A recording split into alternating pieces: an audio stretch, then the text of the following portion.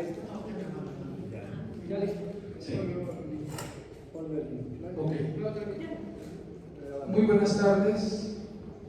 A nombre de la Vicerrectoría de Extensión y Difusión de la Cultura de nuestra Benemérita Universidad Autónoma de Puebla, le damos a todas y a todos una cordial bienvenida en este espacio de la Vicerrectoría de Extensión y Difusión de la Cultura. Hoy estamos muy contentos de recibir en este lugar a Manuel Martínez Opaso, Manuel Capitán Cianuro, para quien voy a pedir un aplauso fuerte.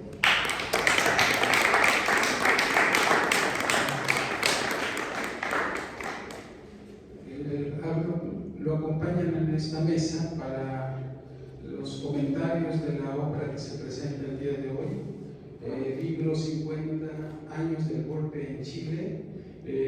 Se encuentra el maestro Humberto Sotelo Mendoza. También pido un aplauso para él.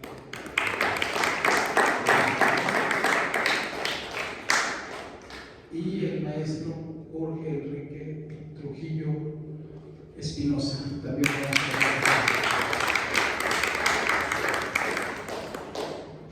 antes de iniciar formalmente la presentación de este libro, voy a pedirle a nuestro autor que salude a los amigos, a los conocidos, a la gente que vino a escucharlo, que el saludo sea breve para que al final le demos la palabra. Adelante. Bueno, gracias por asistir para este conversatorio que vamos a tener, pero en el fondo la presentación del libro.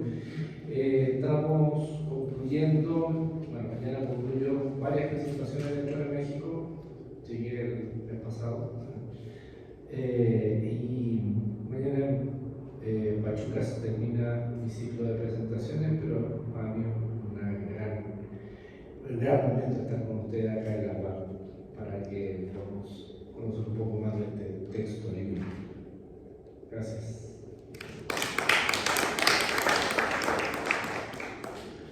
Bien, ahora antes de darle el uso de la palabra a Jorge Enrique Trujillo Espinosa, quiero comentar brevemente dos datos.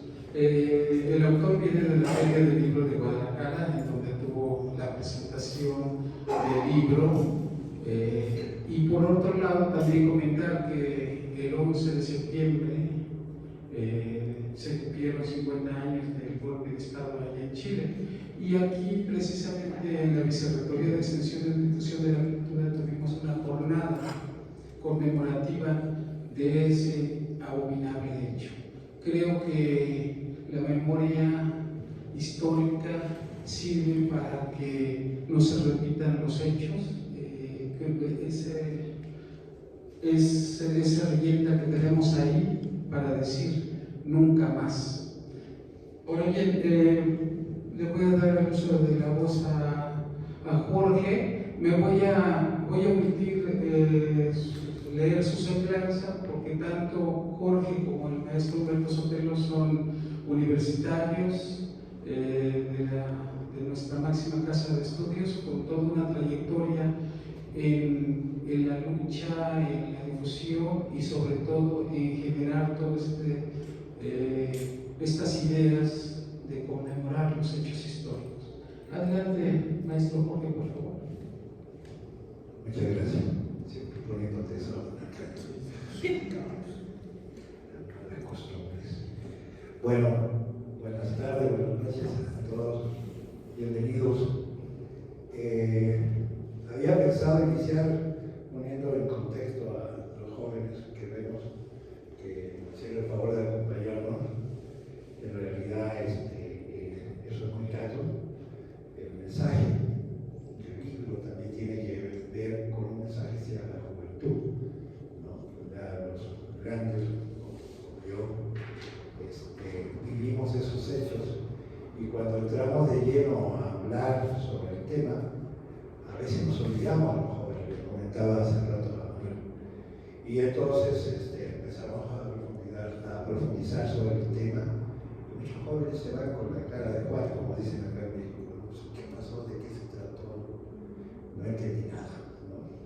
Y afortunadamente, compañero, me hizo el favor de adelantar un poco respecto al golpe de Estado en Chile hace 50 años, a un gobierno socialista, un gobierno democrático, un gobierno que llega al poder por la vía de las elecciones, y un gobierno de un personaje, un gran hombre, humanista, democrático, socialista, y que se propone transformar el país con vías al socialismo, cosa que el Imperio del Norte nunca quiso aceptar y al momento en que pudo dio el golpe de Estado a un gobierno que inició con una votación favorable del 33%, ¿no? Al cabo de 3 años ya llegó en las votaciones le llaman intermedias, ¿no? 36.9, 46.9,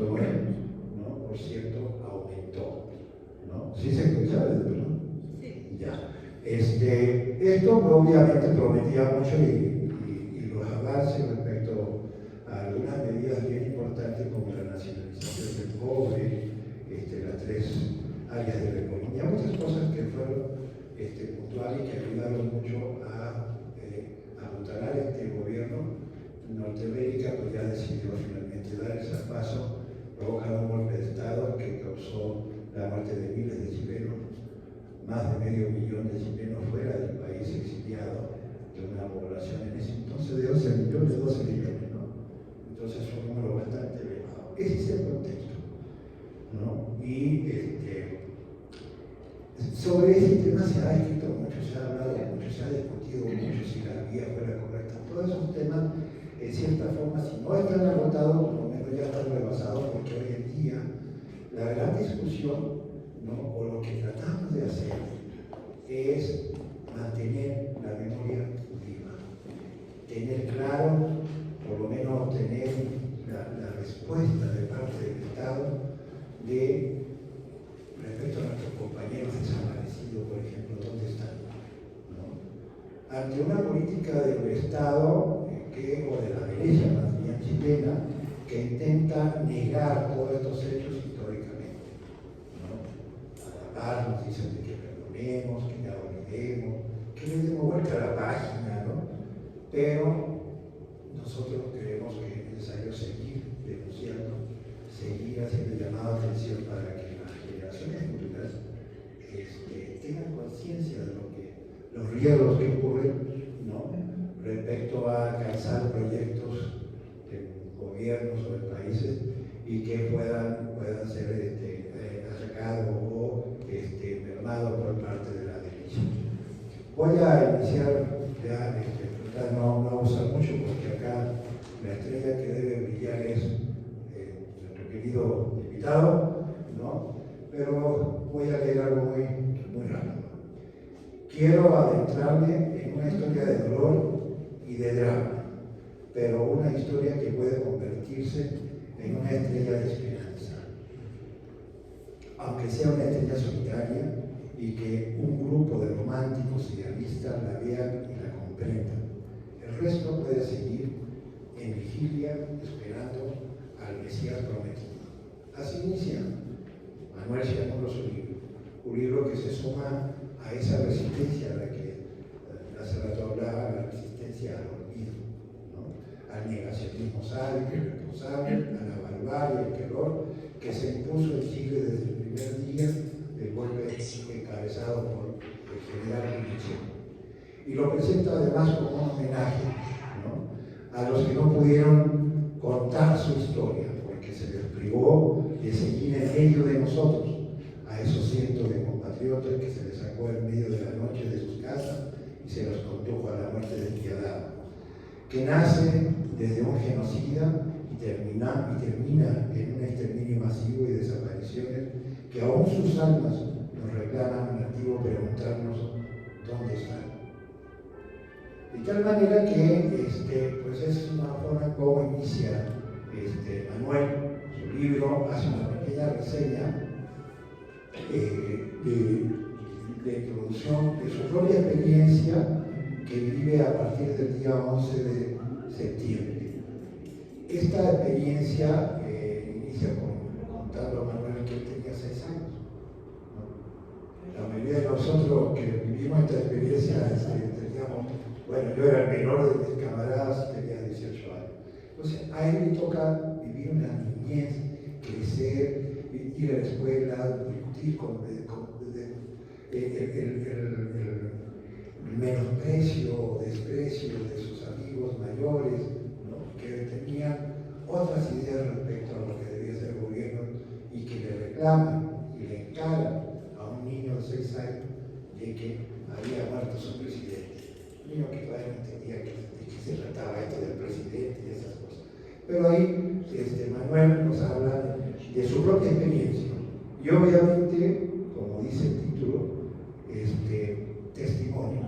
Tiene más de 20 testimonios que presentan compañeros personas de la vida diaria, de los de abajo, como nosotros, no de dirigentes políticos, nada, simplemente ciudadanos comunes, de cómo vivieron ellos esa experiencia a partir del 11 de septiembre.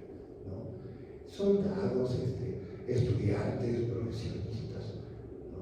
Y cada uno de ellos nos mueve, ¿no? Y nos llama la atención y nos conmueve.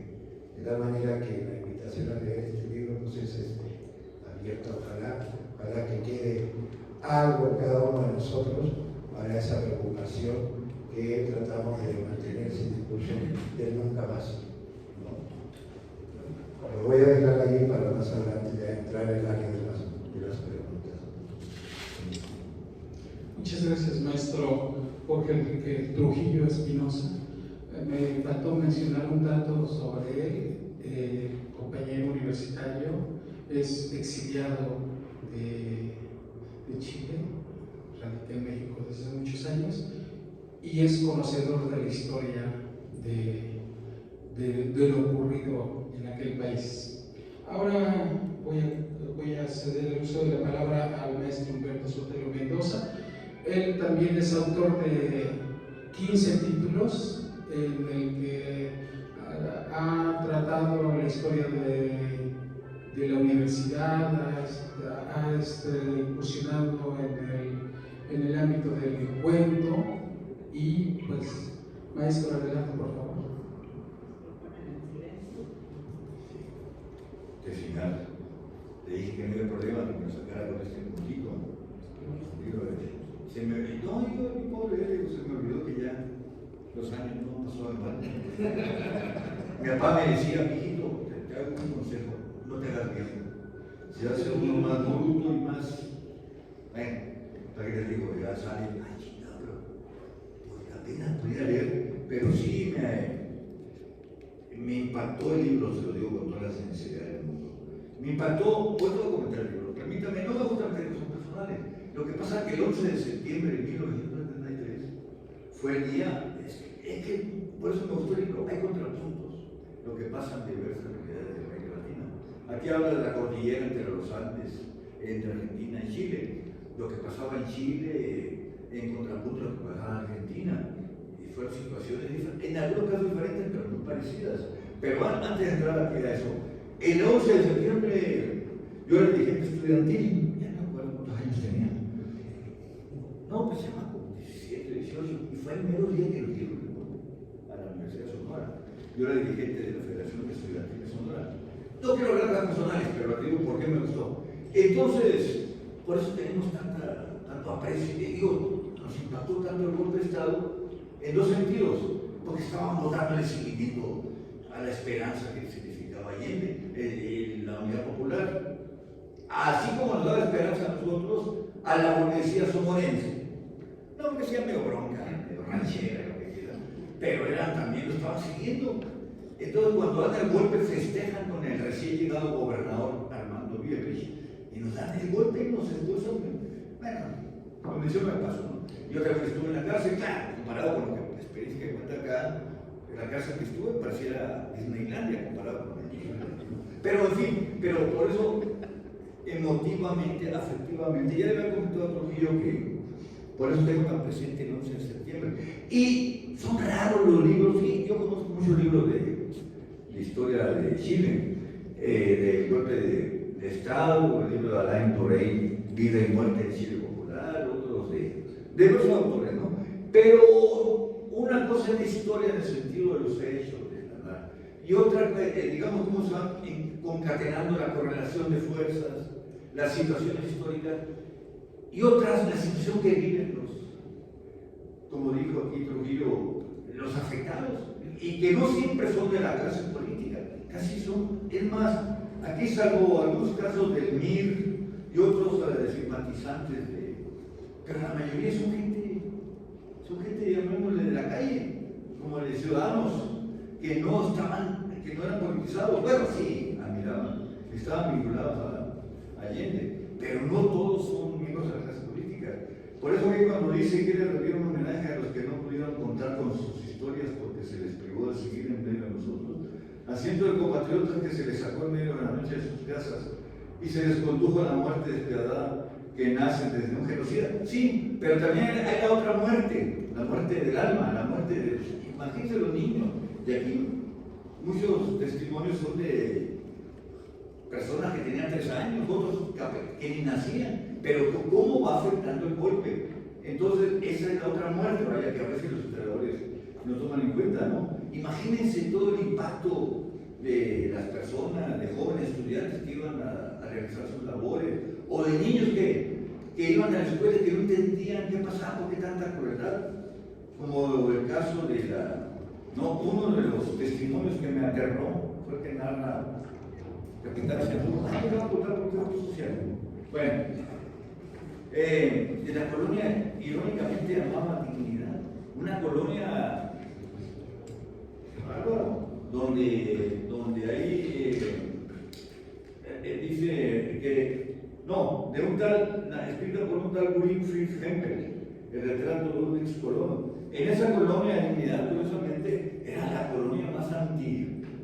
No, era la antípoda de la dignidad humana. ¿Cómo se formaban los chavos en la idea de que el gobierno de Salvador Allende era prácticamente era la encarnación del demonio? ¿Cómo les meten la idea de que Salvador Allende era también un personaje peligroso? Y cómo era necesario la salvar, y cómo los militares llegan a salvar a Chile. Les meten una idea en la colonia de dignidad, pero terrible. De tal manera que cuando llegan, ya después de pasando los años, cuando llega el plebiscito, empieza algunos de los dirigentes de esa colonia, un tal Schaffer, no pueden creer cuando la gente dice que no a la constitución, a la continuación del gobierno de Pinochet.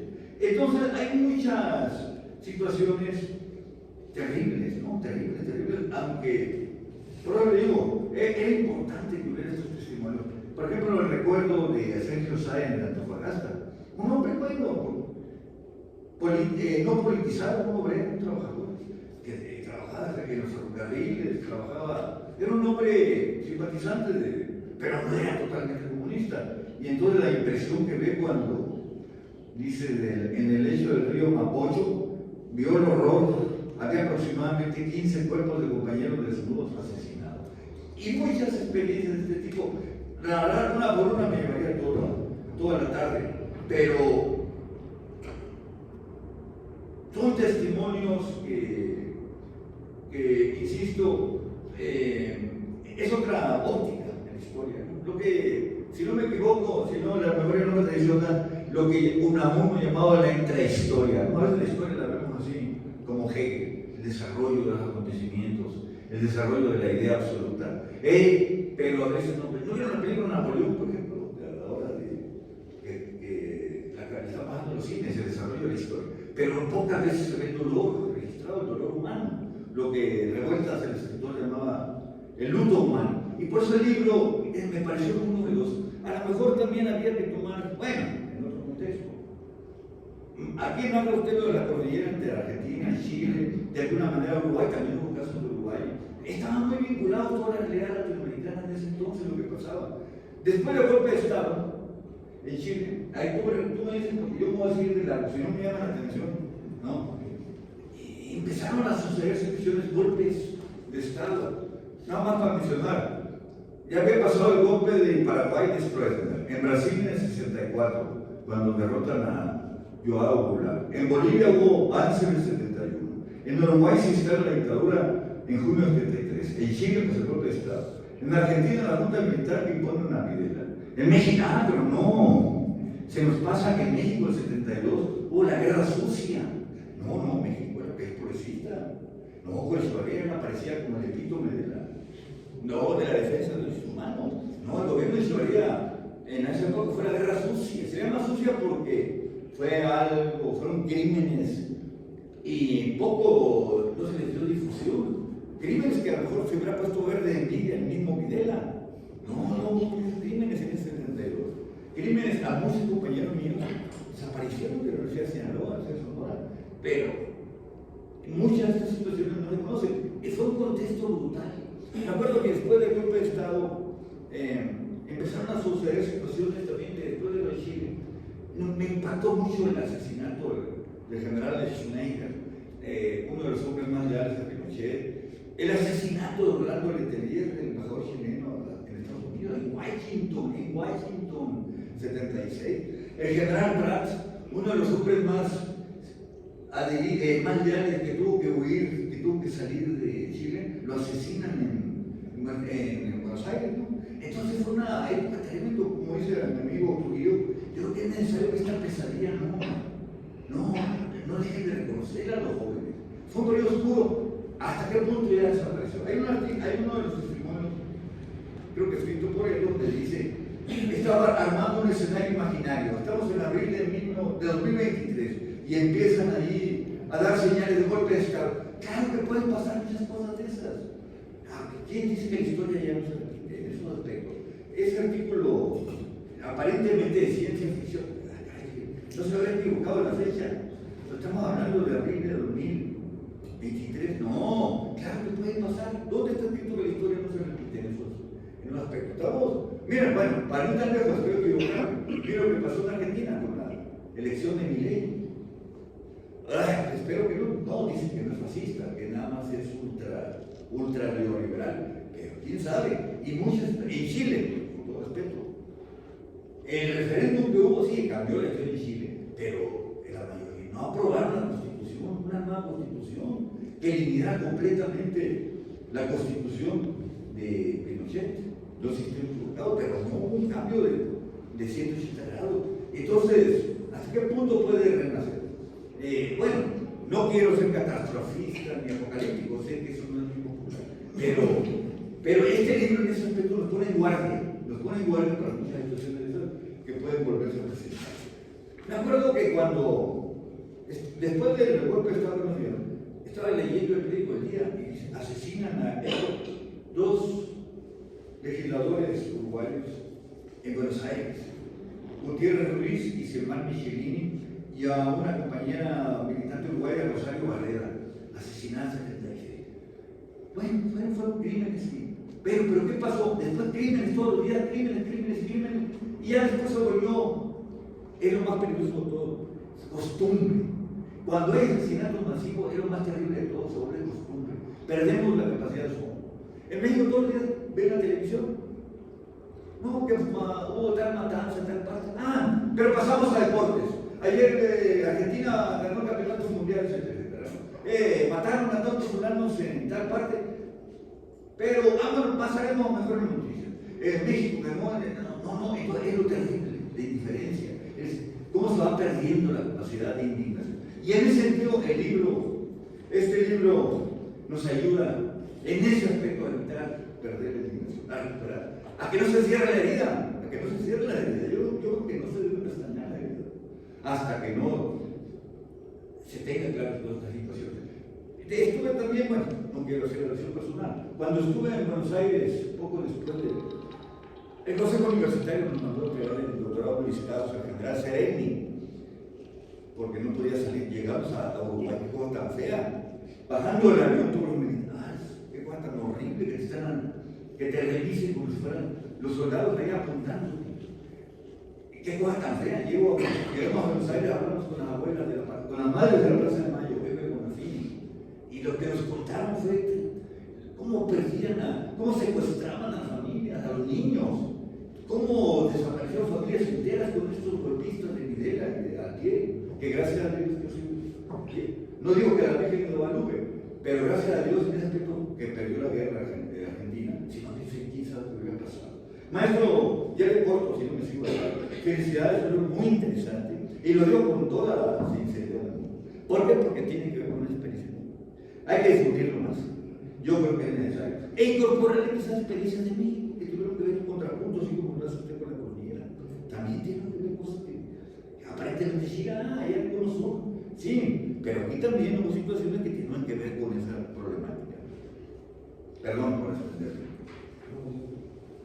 Muchas gracias, maestro Humberto Sotelo. Ahora le vamos a dar el uso del micrófono al autor del libro. Antes me voy a permitir leer una breve semblanza de su trayectoria. Manuel Martínez Opazo, conocido como Manuel Capitán Cianuro, es originario de la ciudad de Constitución, Chile, escritor y fotógrafo de oficio, comunicador social de profesión. Ha logrado adentrarse con sus textos en distintas disciplinas literarias, publicado 12 libros en los géneros de poesía, ensayo y cuento corto para adultos y un cuento infantil, además de una serie de artículos y columnas de opinión en varios medios de prensa chilenos. Un nómade de las letras, no tiene arraigo por sitio alguno. Con sus libros ha llegado a muchas latitudes como participante de la Feria de Libros Nacionales como internacionales, conversatorios, conferencias y una gama de actividades relacionadas con el mundo literario. Bienvenido, Manuel. El uso de la voz es tuyo.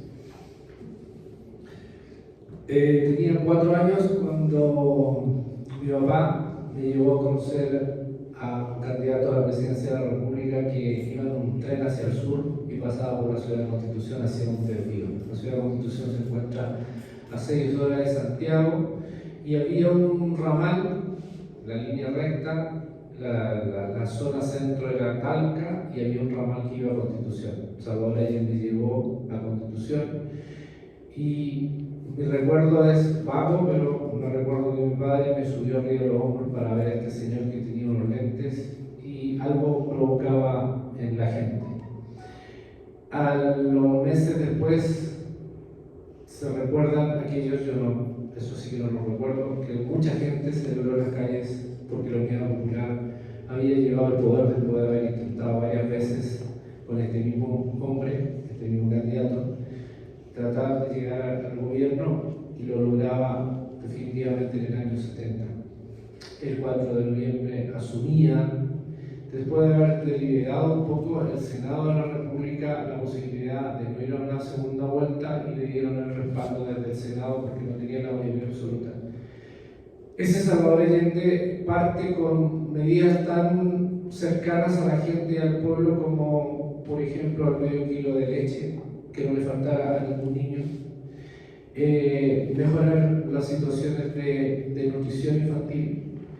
No solamente eso, sino hizo una serie de mejoras para una sociedad que los terratenientes, la oligarquía, no mucho se había preocupado de la gente que produce, justamente para que esa oligarquía pueda disfrutar. Salvador Allende profundiza la reforma agraria, una reforma agraria que también se había implementado en otros lugares de América Latina. Lo profundiza y le da un sentido a la reforma agraria. Si es cierto, no parte en su gobierno, él la profundiza.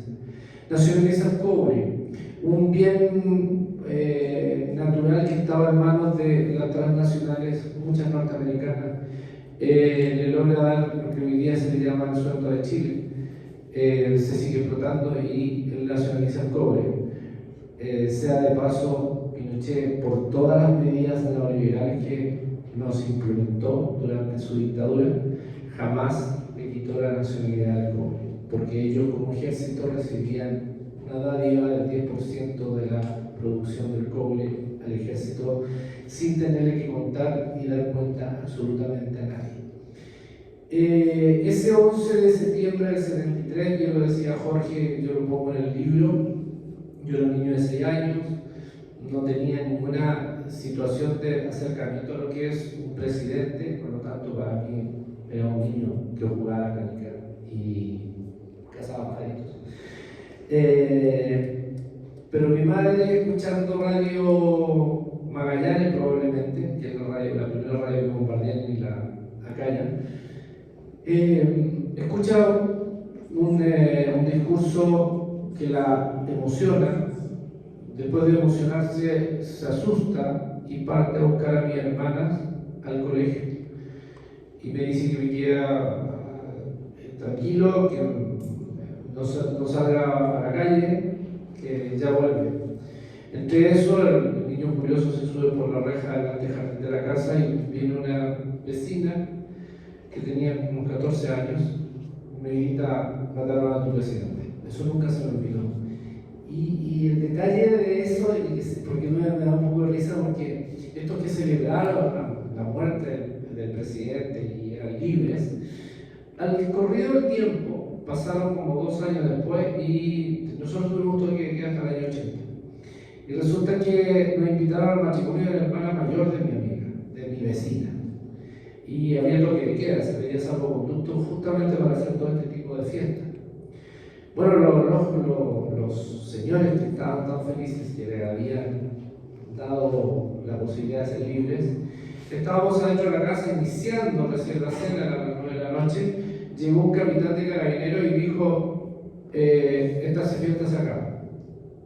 Entonces el padre de la familia dice: ¿cómo se va a acabar la fiesta si tenemos salvoconducto? No importa una raja ese salvoconducto. Aquí se agarran todas sus cosas, les doy media hora y se tienen que mandar a cambiar. Y si yo vuelvo media hora más, voy a ver con un camión militar. Y si en media hora más ustedes no se han ido, me llevo hasta la novia presa.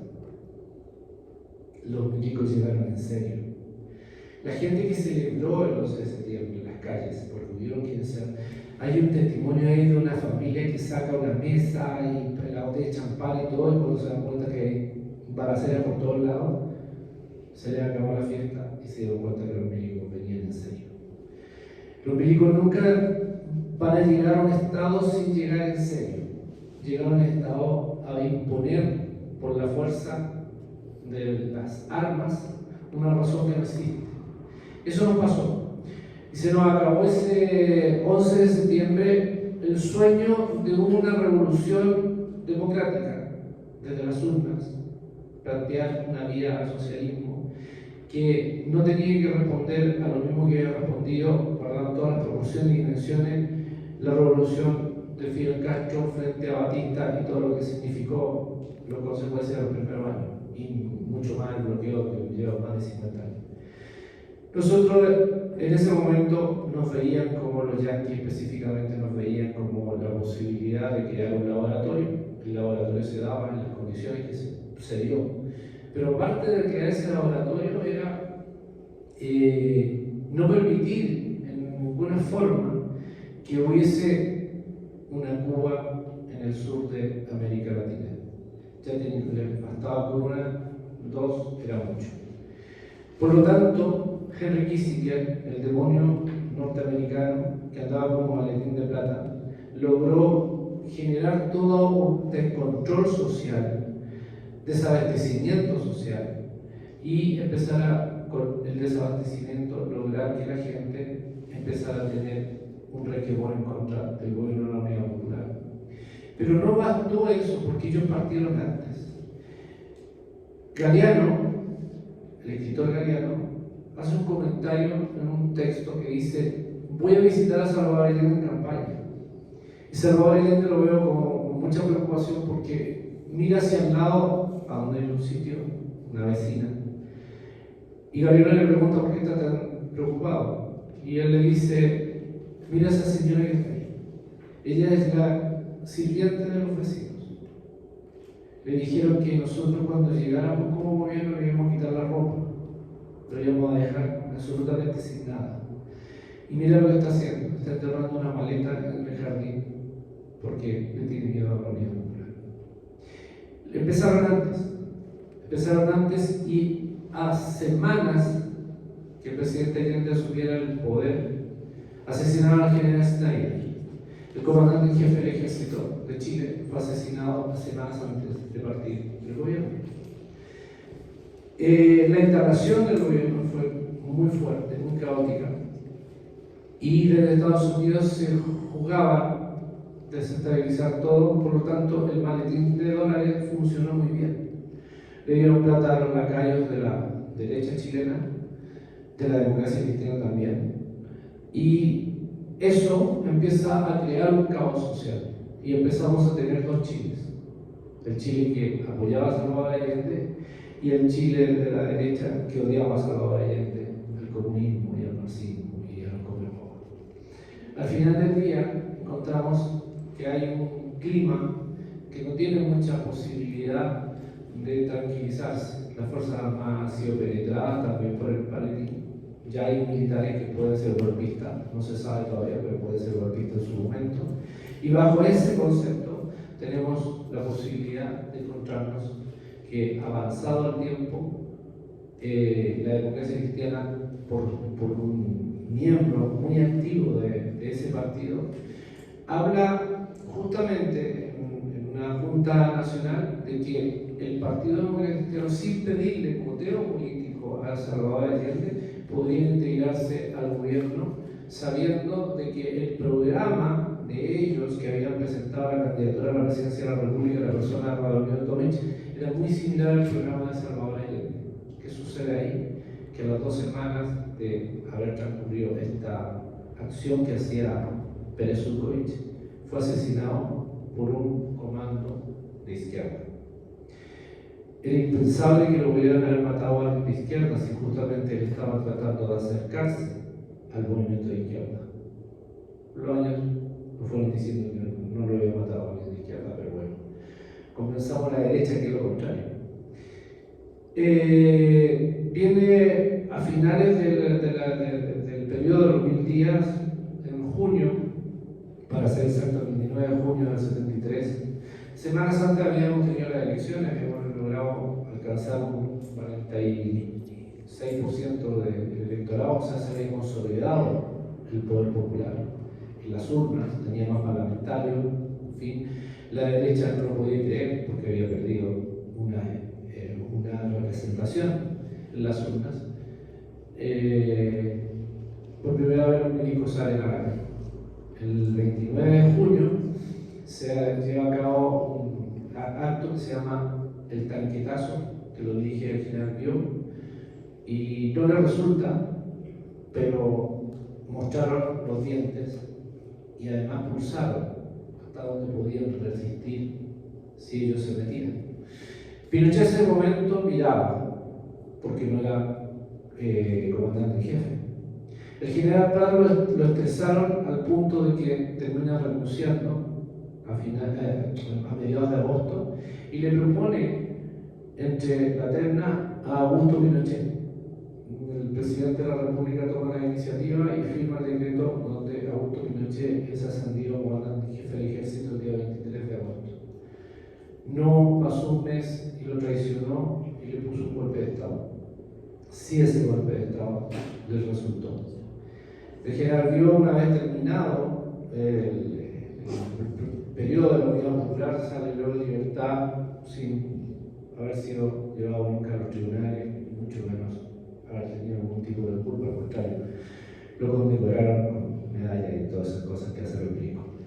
Le hago este resumen para justamente lo que decía Jorge, porque ese es un contexto histórico que resumo rápidamente, que hay muchos detalles en esto, pero entre medio de eso también no quiero dejar pasar que hay un paro en Chile que lo fomentan desde la OIT a los camioneros, y los camioneros durante 6 meses no movilizaron nada dentro de Chile.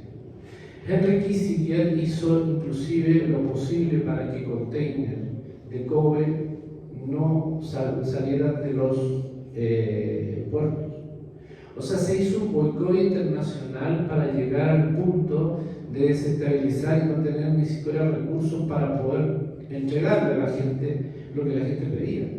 No había comida, no había dinero, pero todos locales comerciales estaban vacíos. Se le llama el acaparamiento. El día 13 de septiembre del 73, o sea, 2 días después del golpe de Estado, mágicamente todos los locales aparecieron abastecidos. El acaparamiento fue así. Fue justamente forzar, meter a la gente en un zapato chino. La gente tenía que hacer grandes colas, se levantaba a las 3 de la mañana, me iba a buscar, no sé, 1 kilo de azúcar. Entonces, hay una situación que funcionó muy bien. El gran intrigante de Chile, Agustín Eduardo, dueño del diario El Mercurio, muy amigo de Henry Kissinger, de Rockefeller y de otros cuantos demonios más, fue uno de los más intrigantes instigadores de este golpe de Estado desde Chile. O sea, genera toda una situación que nos va a llevar a este caos el 11 de septiembre de 73. Los primeros años, la democracia cristiana pensó que los milicos iban a entregar el poder y ellos vieron como alternativa que se le debía entregar a ellos. ¿Qué hicieron los milicos? Agarraron a ver dirigentes de la democracia cristiana y los mandaron al exilio, entre ellos Andrés Saldívar, Gabriel Valdés, Riconde, que los tuvieron presos además, que eran señores como de esta aristocracia democrática cristiana, pero que no estaban de acuerdo a cómo se estaba empezando a generar. Y además, Pinochet entregó 2 hechos que son radicales para entender también un poco la imagen etaria y el viaje que yo hago por este libro, porque por eso voy de Antofagasta a Valdivia, me faltó juntar de Puerto Monos, y ahí yo había hecho completamente la carrera de la muerte, le explico de qué se trata eso. Cuando se toma preso a la gente y se lleva a los estadios, que son los primeros campos de concentración, después se empiezan a habilitar campos de concentración en todo Chile, y en lugares que estén en lo posible medio alejados. Uno de los campos de concentración que yo conocí y recuerdo es Chacabuco, en la segunda región, donde Jorge tiene algo que decir porque es de esa zona. La primera parte es decirle a un oficial, de apellido Arellano Estado, que agarre un helicóptero y se vaya a todos los campos de concentración y aleatoriamente haga juicio militar a los sumarios militares y fusile gente.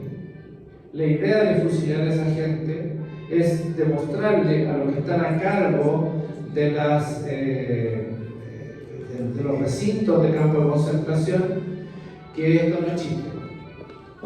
Y bueno, mataron alrededor de 78 personas, si no me equivoco, sumadas, y era un helicóptero Puma que aterrizó en el sur, después al norte, y en el norte, bueno, ahí tenemos algo que podemos conversar si quieren, si se da.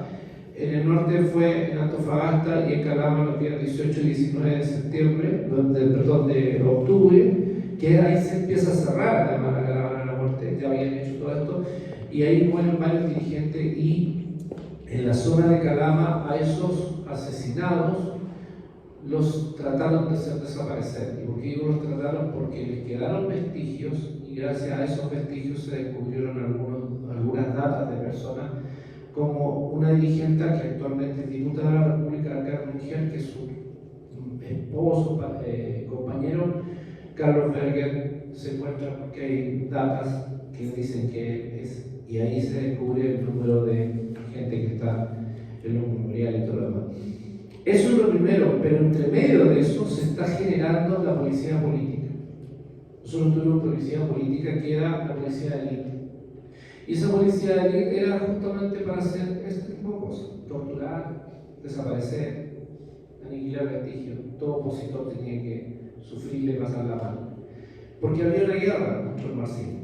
Entonces todos los que discrepaban, bueno, terminaban con un mal momento. Lo que esa policía política hace además es hacer un cordón dentro de las dictaduras que se va a instalar o las que está instalada, y se llama la Operación Cóndor. Y la Operación Cóndor lo que hace es cruzar la cordillera de los Andes y irse a donde nuestro amigo nos nombra: Bolivia, Paraguay, Uruguay, Brasil, intercambian presos o definitivamente los aniquilan. En Argentina, por ejemplo, otro nefasto, García Clavel, que terminó además en una situación horrible porque le metieron 36 casos, le abrieron la vísceras, nunca se supo quién, pero parece que estaba entregando más información de la que debía. Él estuvo a cargo justamente de este enlace de la Operación Cóndor, pero en Argentina. Pagaba por el ejército chileno, que tenía inclusive un café, se juntaba con la farándula argentina y desde ahí conectaba con chilenos, muy amablemente les preguntaba qué andaban haciendo y una vez que ya sabían, les daba los datos a la policía argentina para que los empezaran a seguir y una vez que los lograban, los capturaban y los podían intercambiar como lo que había pasado también del lado argentino a Chile. Él se le condenó, aparte de una condena que es uno de los hechores de la muerte del general Prat, en el año 66, lo dice en Argentina, en la calle de Palermo, una autobomba da la muerte al general Prat, segundo comandante en jefe del ejército, con su señora. Y este tipo era el que había hecho toda la gestión para que se pusiera la bomba, dónde, cómo y cuándo. Y a él se le condena a cadena perpetua en Argentina, pero aparte se le condena por una madre y una hija que también las habrían asesinado. No quiero extender tanto, o sea, estoy hablando un poco del contexto. El libro en sí, vamos a ver un camino etario de un niño de 6 años que puede funcionar como autorreferente, pero la verdad que cuesta buscar gente que quiera hablar o que te quiera contar. Y además hay gente que se desconecta, entonces te dice, no sé qué hacía yo a esa edad. Pero sí me parecieron personas que en el camino yo traté de buscar militantes a pie, no el dirigente político, no ese dirigente que después tuvo figuración en los acuerdos sociales, en las manifestaciones en contra de la dictadura, sino ese ciudadano que podría ser cualquiera de ustedes, le podría preguntar qué hicieron el 11 de septiembre del 73. Esas son las personas que yo traté de ubicar acá. Y el camino que hice fue justamente cómo armar un camino en Chile, que no voy a llegar a Punta Arenas, no voy a llegar a Ica, pero sí puedo hacer un camino que me puede llevar en el sentido de lo que fue la caravana de la muerte, buscando personas que probablemente más de alguna me tocó, que no sabían la existencia de la caravana de la muerte. Ojo que a nosotros muchas cosas, y que se agradece a los que estuvieron en el exilio, a las agrupaciones de familiares que tienen desaparecidos, a las agrupaciones de derechos humanos, se empezó a generar una información para armar este rompecabezas de no solamente de dónde están, sino también saber qué había sucedido. Costó mucho. La sociedad chilena le costó un montón entender que eso pasaba. Yo nunca me voy a olvidar que tengo un amigo que tenía más de 21 años y un día yo le hablé del exilio y el tipo nunca en su casa le habían hablado que en Chile existían exiliados. Y porcentualmente nosotros como exilio tenemos el porcentaje más grande de las dictaduras de América Latina. Entonces por ahí va más o menos el libro, lo que me antecede, hablaron un poco de la escritura, pero va a profundizar cuando uno se empieza a meter, porque hay detalles que además algunos son hasta cómicos, como por ejemplo el bombardeo del 11 de septiembre. Hay Hawker Hunter que van a bombardear, 2 Hawker Hunter bombardean la Moneda, 2 bombardean la casa del presidente Salvador Allende. O sea, no les bastaba bombardear la Moneda, sino fueron a matar a la familia del presidente Allende, no se encontraban, enhorabuena. Después ellos se exiliaron en México. Uno de los pilotos que le toca bombardear la casa de Salvador Allende erra un tiro, y ese tiro va a dar al hospital de la Fuerza Aérea. Ese es el hijo de uno de los miembros de la Junta de Gobierno, Gustavo Alí, y su hijo Gustavo Alí, hijo, hasta el día que murió, sus camaradas de armas lo jodían, diciéndole que había errado. Y bueno, son anécdotas que además cuando yo las pongo en el libro, las cuento en algunos de los conversatorios en Chile, hay gente que te dice, ¿en serio eso pasó? Nunca nadie había contado eso. En Chile se hizo una cosa que se llama la reconstrucción de la patria, que también aparece. Le pidieron a la gente que, como estaba tan quebrado el país porque los marxistas se habían llevado todo, había que entregar oro. Y bueno, la gente fue a donar anillos de compromiso, joyas. El resultado de eso es que nunca las joyas sirvieron para la reconstrucción de la patria. Las joyas sirvieron para repartirse entre los milicos. Y ahí hay un testimonio de una secretaria de la escuela militar que a ella le llegó la dádiva de decirle, elige qué quieres porque te corresponde por estar acá. Bueno, más allá hay otras anécdotas que están dentro del libro que son además historias muy profundas, es verdad lo que dice él, o sea, hay algunas que son radicales.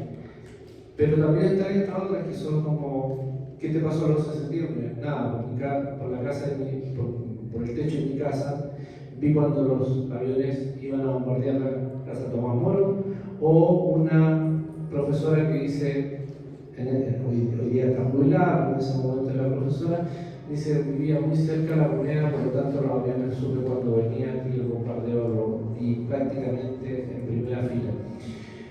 La foto, y con esto cierro, para poder abrir el conversatorio, la foto que ustedes ven ahí es tomada más o menos del día 16 de septiembre, cuando se abrió para que se viera cómo se había bombardeado la moneda. La moneda fue bombardeada por tanques y por aviones. Es bien impresionante tratar de sacar a un presidente destruyendo el Palacio de Gobierno, que es el primer y único Palacio de Gobierno destruido, no hay otro. Porque hay otros que han sido quemados, todo lo que quieras, pero esto lo destruyeron como que estaba en una guerra. Es más, hay algo que uno tiene que investigar. La capacitación de los pilotos es entregada justamente por pilotos norteamericanos. Por lo tanto, todo, la CIA estaba metida en Chile. La CIA nunca se fue de Chile. La CIA permaneció hasta alto tiempo y hasta ahora, bueno, quedan todavía estos resabios de la dictadura, como por ejemplo la constitución espuria y fraudulenta que nos rige hasta el día de hoy. En definitiva, quería hacer este resumen más o menos, no solamente de lo que es el libro, sino para que tengan el contexto de lo que vivió un país que pensaba en un hombre nuevo, una sociedad distinta y bueno, no da resultados. Por lo tanto, al final nos convertimos en lo contrario. Fuimos el laboratorio neoliberal más exitoso para él, más destructor para una sociedad que sobrevive y se mete en su cabeza que son aspiracionales, que son los fachos pobres, que son los que los defienden y les ponen los votos para que te sigan humillando, maltratando y explotando. Eso. Muchas gracias.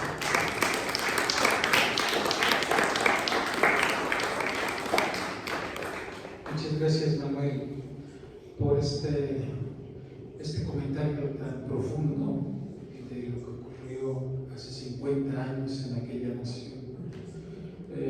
Ahora voy a abrir pues, un periodo, bueno, perdón, un momento, el micrófono para si quiere comentar algo. Yo no necesito micrófono Sí. porque... Sí, nada más pedirle Pero la primera vez que llegó a mí esto fue a través de Neruda, a través de un libro que dice confieso que he vivido, yo le puse yo también, Pablo, es que le puse niño. Y no, parece ser que él no escribe más porque ya no le dio tiempo, parece ser que muere muy.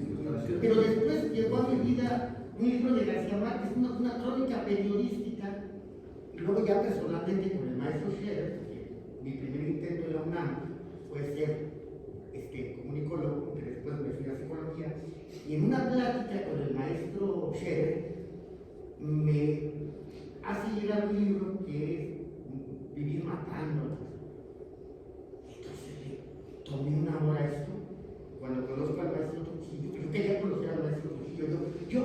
que el maestro Trujillo me hablara de Neruda, porque yo amo a Neruda.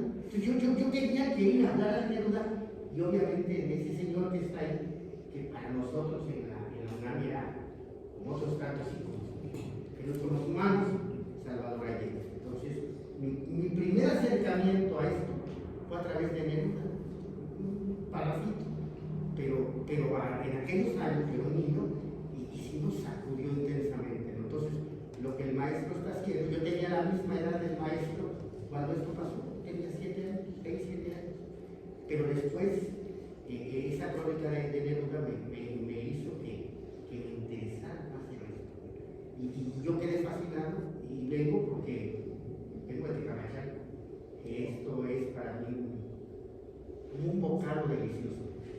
Muchas gracias. ¿Alguien más? Una pregunta. ¿Se puede saber más o menos cuántos exiliados quedaron aquí en la universidad, chilenos? Sí, vamos a hablar primero las preguntas y luego ya las preguntas. Ok, ¿alguien más? ¿Alguien más que quiera comentar algo, quiera aportar algo? Adelante. Solo le vamos a pedir brevedad. Claro. En esa pregunta. Sí, muy breve. Nada más para decirle a los compañeras, compañeros chilenos que son bienvenidos a este espacio universitario y que no es gratuito ni fortuito la presencia de todos los compañeros que están acá presentes, porque este espacio universitario siempre estuvo abierto a los compañeros exiliados acá en México. Nosotros éramos estudiantes de la Facultad de Derecho de esta universidad y tuvimos la oportunidad de compartir las experiencias y los conocimientos con gente como Rodrigo Quijada, como Pedro Kipovich, una serie de compañeros que estaban exiliados acá, que de manera permanente venían a esa universidad. Tuvimos la oportunidad de hacerle un homenaje a la compañera Hortensia Bushi y quedó totalmente impactada y conmovida de cómo los estudiantes convivíamos y respaldábamos su presencia acá en México. Por eso al compañero autor del libro, de manera fraterna, le agradecemos los datos que ha aportado y de manera muy especial a la estructura de la obra, que Abuelo de Pájaro, que tenemos una obra, y que va a retroalimentar la conciencia de la juventud y de la ciudadanía, no solamente de México, sino de toda Latinoamérica, porque nos hace mucha falta a raíz de los acontecimientos que han pasado en Argentina, ¿no? Y que la ultraderecha se encuentra muy envalentonada y empieza a manejar que esa es la guía para empezar a desterrar los gobiernos que han sido impulsados a la toma del poder por la vía democrática. Nada más, compañero. Muchas gracias. Muchas gracias, abogado. ¿Alguien más? Adelante, Marcela. Bueno, leer la historia es complejo, ¿no? De momento me parece que la historia es como, leerla es como un espejo, donde hay cierto temor, ¿no? De ver el pasado y ver nuestro futuro. Me parece que estamos en un momento, pues, histórico, ¿no? Con este neoliberalismo salvaje. Y cuando uno toma conciencia de estos temas, por ejemplo, leer un poco sobre la guerra sucia que hablaba el profesor Sotelo, la guerra sucia que se impuso en México y que pues ahora que se han abierto los archivos generales y todo esto, se sabe pues ya a cierta cantidad de desaparecidos, Argentina, Chile, que han sido en realidad toda Latinoamérica, si se pone a enumerar los países, nos damos cuenta que somos ese experimento, ¿no? De liberalismo tardío o neoliberalismo.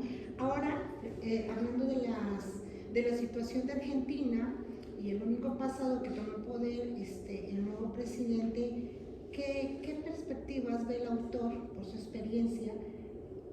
¿Qué espera para Latinoamérica? seguiremos siendo el conejillo de indias del neoliberalismo. Muchas gracias. Sí, adelante. Dicen que el que no conoce la historia vuelve a repetirla. En este caso, ¿cómo ve el gobierno, en este caso Boric, ¿no? Señor presidente, qué es lo que está repitiendo del neoliberalismo? Porque ahorita, bueno, he leído un poco, pero parece que quiere abrir el mercado del litio, lo que ahorita es, digamos, el oro blanco. ¿Qué es lo que está repitiendo su país después de 50 años de este acontecimiento? Ok. ¿Alguien más? Muchas gracias. Bueno, bien, adelante. Bueno, en primer lugar, felicitar al escritor chileno por el aporte que nos hace. Yo recuerdo que después de que se da el golpe en México, todas las universidades, yo era estudiante de filosofía y se convirtió en cátedra Salvador Allende. Nuestro catedrático era peruano, era un doctor en filosofía y él fue uno de los primeros que difundió este golpe de Estado. Él redactaba libros y era el doctor de la cátedra de filosofía contemporánea. El aporte que nos hace en este momento de la lectura, bueno, hay que leer, porque los chilenos han vivido una experiencia increíble, ¿no? Trágica, que nos ha aportado, es cierto. De momento, toda América Latina no hemos vivido tan tranquilos, ¿no? Y cuando Salvador Allende, que era el hombre de la paz, visitó la Universidad de Guadalajara, la UNAM, y esa materia se convirtió precisamente, después del golpe, era una materia obligatoria. Yo recuerdo que mi catedrático era de origen peruano y, bueno, pues nos compartió el círculo de estudio y nos explicó detalladamente cómo había sido este golpe de Estado. Y esta tremenda experiencia pues, la siguen viviendo los chilenos, muchos se quedaron exiliados en Europa y México. Y el aporte que nos ha hecho Salvador Allende es muy grande, es muy profundo. México lo ama y todos lo amamos. Todo el aporte que ha hecho en libros, en poemas, en música, y aparte de eso, pues no se ha mejorado Chile, ¿no? Tal vez un poquito, me decía hace como 2 meses, un grupo de jóvenes estaban tocando en Analco y nosotros comíamos, ¿verdad? Estaban tocando y eran chilenos, y pues estábamos comiendo como 5, ¿no? Y dije, Marco, hay que bailar, María Lucía, que nos levantamos a bailar y eran chilenos. Me dice, andamos tocando, porque allá en Chile no es fácil, y después de aquí nos vamos a Guatemala. Hola, le digo, ¿cómo creen? Y estudian acá, y las chicas estudian danza en la UAP. Y yo les dije, ¿qué creen? Estamos rindiendo homenajes al doctor. Y me dice un joven, el abuelo. Hombre, un cariño inmenso de los jóvenes, el abuelo Salvador Allende.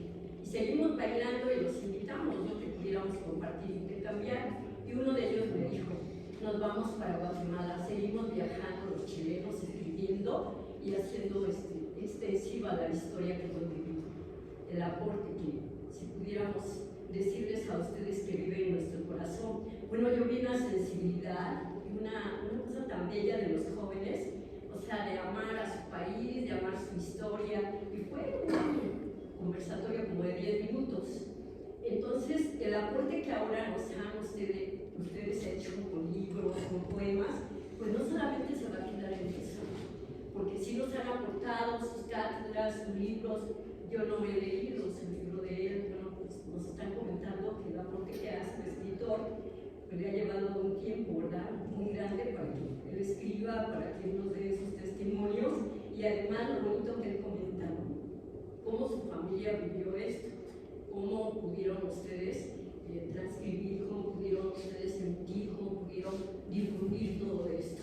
Qué valentía, yo sí los admiro, mi eterna gratitud, y vamos a leerlo y vamos a continuar, ¿no?, luchando, y que no se quede solamente en el pasado, el aporte que nos hizo el doctor Salvador Allende, porque lo hemos llamado el hombre de la paz. Yo me he dedicado a declamar el poema de Allende, de Mario Benedetti, el hombre de la paz. Me encanta declamarlo, o sea, no me canso de admirar al doctor, no porque yo haya estudiado la cátedra en la Universidad Autónoma del Estado de México, porque todo el aporte que nos hizo, pues nos ha dejado huella, y una huella positiva, ¿no? El doctor vive y siempre estará presente. Muchas gracias por el aporte. Buenas tardes. Muchas gracias. Bien, pues vamos a concluir, vamos a responder las preguntas. No sé, ¿de orden empezamos por allá? Maestro Jorge. Bueno, gracias por esos comentarios, de verdad se ve que hay un gran interés en la literatura que se está presentando acá por nuestro invitado. Yo quería agregar a lo que dije al inicio, que no me hace ninguna pregunta, pero sí comentar respecto al libro, que cuando a mí me lo presentan, este libro, hace casi un mes, ¿no? Me lo entrega una gran amiga que yo conocí en Chile, en nuestra juventud. Yo incluso la llevé al local del partido y se registró como socialista también, ¿no? En esa época. Compañera Magdalena Álvarez, que cuando tengo el libro en versión PDF en mi mano, me doy cuenta que ella es una de las que entrega el testimonio a nuestro compañero aquí Manuel de su experiencia del día 11 de septiembre.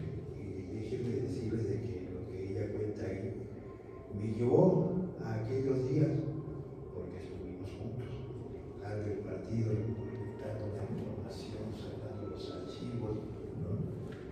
Y fue el último día además que la vi. Después de muchos años nos volvimos a encontrar en un viaje que hice, pasé por Berlín, y ella vivía ahí con su esposo. 7 horas estuvimos juntos, porque veníamos camino a México, tomamos el vuelo de Aeroflot, y la espera iba a ser 8 o 9 horas. Le llamé yo a Magdalena y su esposo me fue a buscar, nos fue a buscar al aeropuerto. Y fueron 7 horas de estar conversando como perico, ¿no? Poniéndonos al día de todo lo que habíamos experimentado en todos esos años. Nos fueron a dejar al aeropuerto y la volví a encontrar a Magdalena en el viaje que hicimos el mes pasado, antepasado, en octubre. Me comentaba que cada año hacemos un evento en Chile, en Antofagasta, de la caravana del recuerdo, que tiene que ver con el proceso que les comentaba Manuel, de la caravana de la muerte, donde asesinaron a muchos de nuestros compañeros. En Antofagasta fueron 19 y en Calama otros 20, en total en la zona norte fueron 43 compañeros asesinados, masacrados, ¿no? Y cada año nosotros nos juntamos en el mes de octubre y hacemos un acto de respeto, de recuerdo a nuestros compañeros, ¿no? De tal manera que en esta ocasión la compañera Magdalena nos acompañó, se enteró de que nosotros estábamos haciendo esto durante muchos años. Ella trabaja en el Comité Central del Partido Socialista en el área de Derechos Humanos, y es que fue un gran apoyo porque nos apoyaron también con cuestiones de impresión de nuestros pósteres, todo el material de publicidad. El Partido Socialista en ese momento nos ayudó con una buena parte y con la presencia de ella y de su esposo. Y ahí vimos a Manuel, lo vimos medio raro, primera vez que lo veíamos entre nosotros y decíamos, pues, ¿quién es? Pero bueno, Manuel es un viejo amigo también de Magdalena que presenta su testimonio, por eso que está ella incluida en este libro. Y lo comento como anécdota porque dentro de todo lo que es este asunto de la literatura, que no es fácil, yo siento que no lo es, y retomar y llamar a encontrarse con las personas que estén dispuestas a entregar un testimonio, yo les preguntaba, pero ¿qué tan difícil es esto? ¿No? Mucha gente, como él dice, se quedan, como que se cojan, que no quiere hablar de estas cosas, ¿no? Pero yo ahí me enteré, la compañera también había estado presa, eso yo no lo sabía. También había sido presa política en Antofagasta, estuvo en la cárcel de la región Las Monjas, nosotros estuvimos en la cárcel para hombres en la calle Playa, el edificio que conoció Manuel. Fuimos a hacer un evento allá, hace mes y medio fuimos a hacer un evento y pusimos policía, imagínense, un policía que se negó a dispararle al pueblo. Este policía era militante del MIR y buscó trabajo en la policía, porque estaba a trabajar y llega el golpe y lo quieren obligar a disparar y ya dice: yo no me alisté en la policía, en el cuerpo de carabineros para asesinar al pueblo. Y lo ejecutan, ¿no? Y nosotros fuimos a poner una placa con el nombre de él, con la foto de él en el uniforme, en los muros de la cárcel. Hicimos un homenaje, ¿no? Eso es lo que hacemos. Por eso decimos nosotros: nadie está olvidado.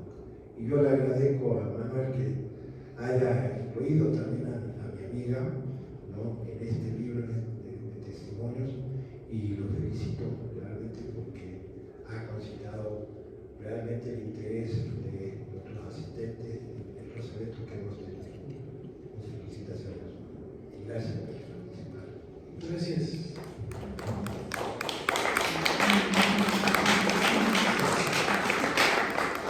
Gracias, nuestro Jorge, por su conclusión. Ahora tendrá nuestro profesor. En relación a la pregunta que hace el maestro Pablo, pues está difícil responderla, ¿no? Porque lo curioso del caso es que los chilenos se adaptaron muy bien a Puebla. A tal grado, no le digan a nadie.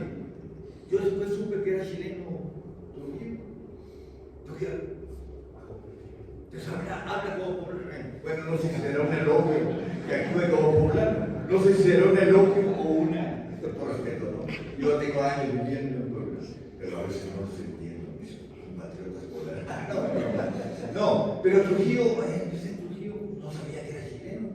Y luego, don Pepe Donoso, que tenía aquí el café, ahí partido, Teorema, ahí nos llevábamos con don Pepe.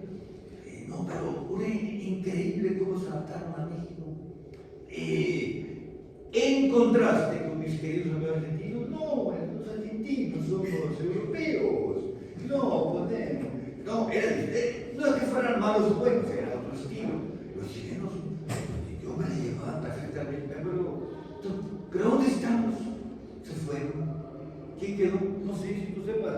Nino Ñeco, por ejemplo, no sé. Claro, ahorita creo que se fue. El maestro que murió, un gran maestro de eléctrica que se fue a Toscana, tampoco.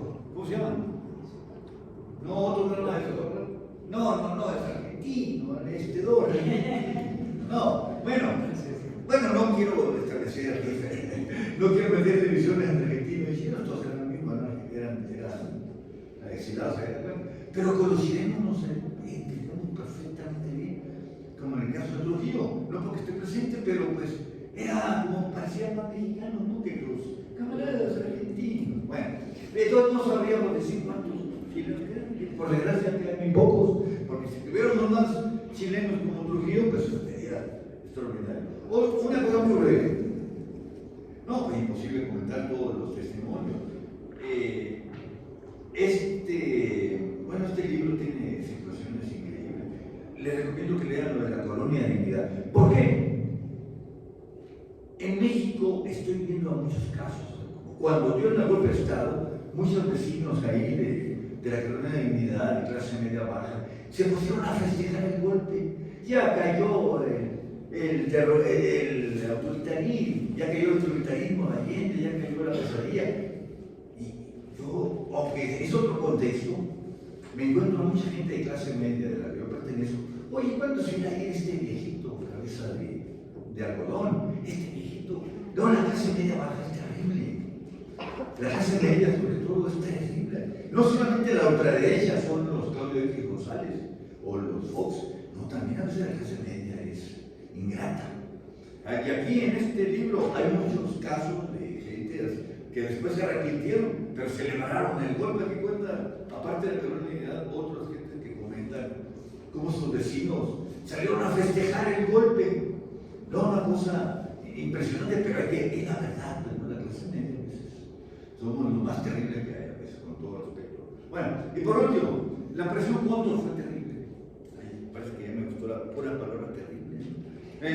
Fue establecido el 25 de noviembre del 75 en una reunión realizada en Santiago de Chile entre Manuel Contreras, el jefe de la DINA, de la Policía Secreta de Chile y los líderes de inteligencia argentina, Bolivia, Chile, Paraguay y Uruguay.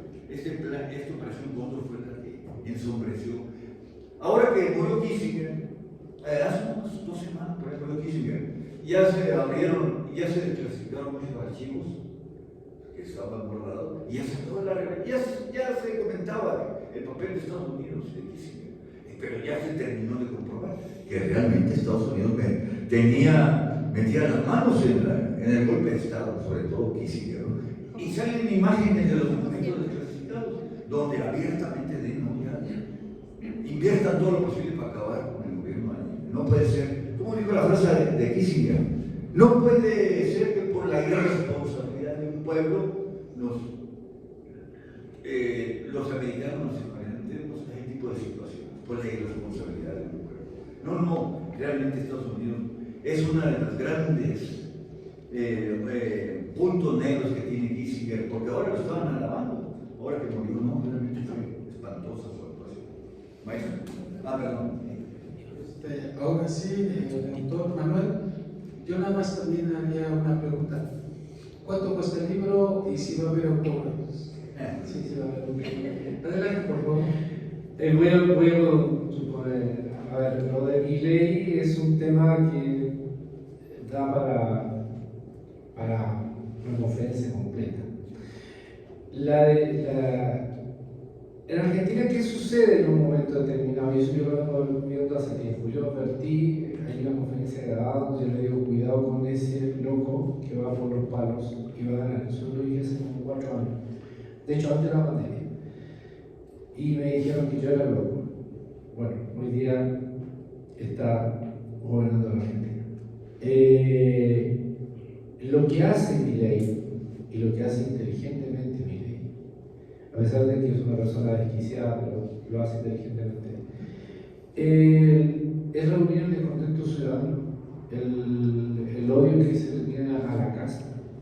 La casta son los políticos que generan muchas veces expectativas, no las cumplen y nace la desconfianza.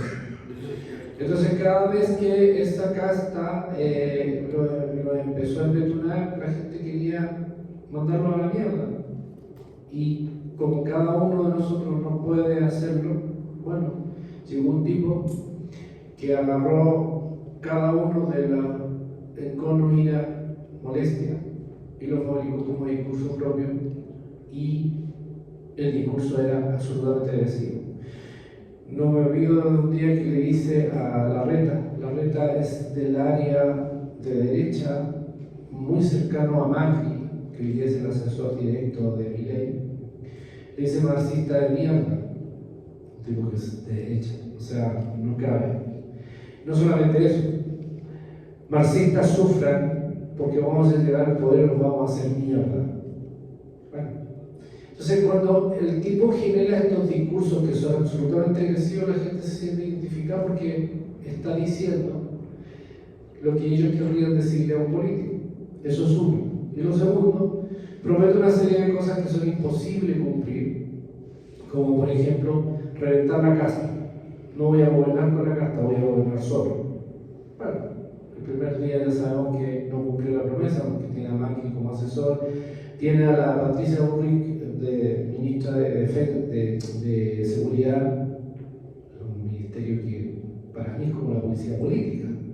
Bueno, le había dicho en campaña a esta misma mujer que era una montonera pone bombas, hoy día la tiene de ministra.